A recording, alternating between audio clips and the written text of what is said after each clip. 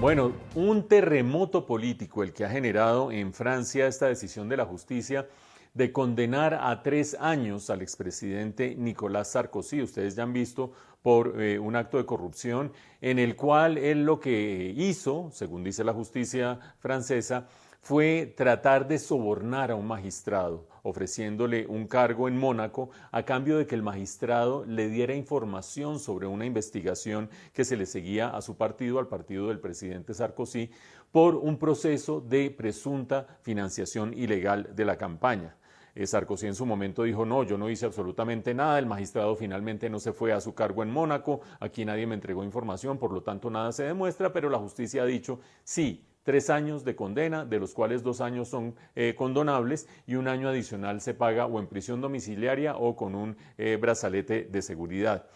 Pero este hecho que ha generado un terremoto en la política francesa por ser el primer presidente que termina compareciendo ante los estrados judiciales y siendo condenado por corrupción, hay que recordar que François Mitterrand también fue condenado por corrupción cuando fue,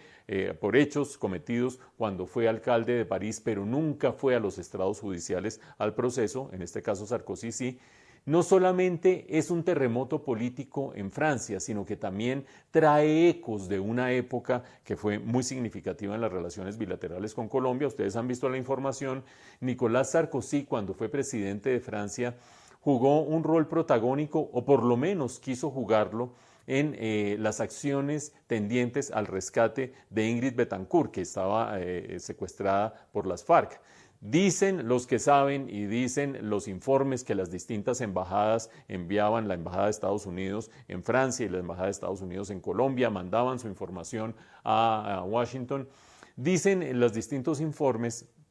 que Nicolás Sarkozy no solamente estaba dispuesto a pagar un rescate por Ingrid Betancourt, cosa que ha trascendido además a otros ámbitos de la opinión pública, sino que además habría estado dispuesto a hablar con George Bush, con el presidente George Bush en su momento, para decirle que por favor interviniera y que de ser necesario se hiciera un intercambio entre Ingrid Betancourt y Simón Trinidad, quien está pagando una pena en Estados Unidos, y que se hiciera ese intercambio entre los dos. Hasta allá quería llegar Nicolás Sarkozy en todo este proceso. Ustedes han visto en la nota adicionalmente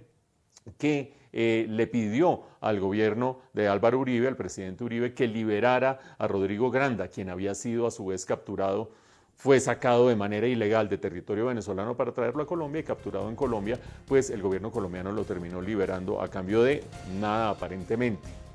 En ese contexto, lo que la gente se pregunta es, ¿por qué Sarkozy tan interesado en la libertad de Ingrid Betancourt? Pues parece, dicen una vez más los que saben, que era una cuestión de rivalidades y vanidades. Rivalidad con Dominique Villepin, quien fue primer ministro de Francia, una gran rivalidad desde el punto de vista político. Villepin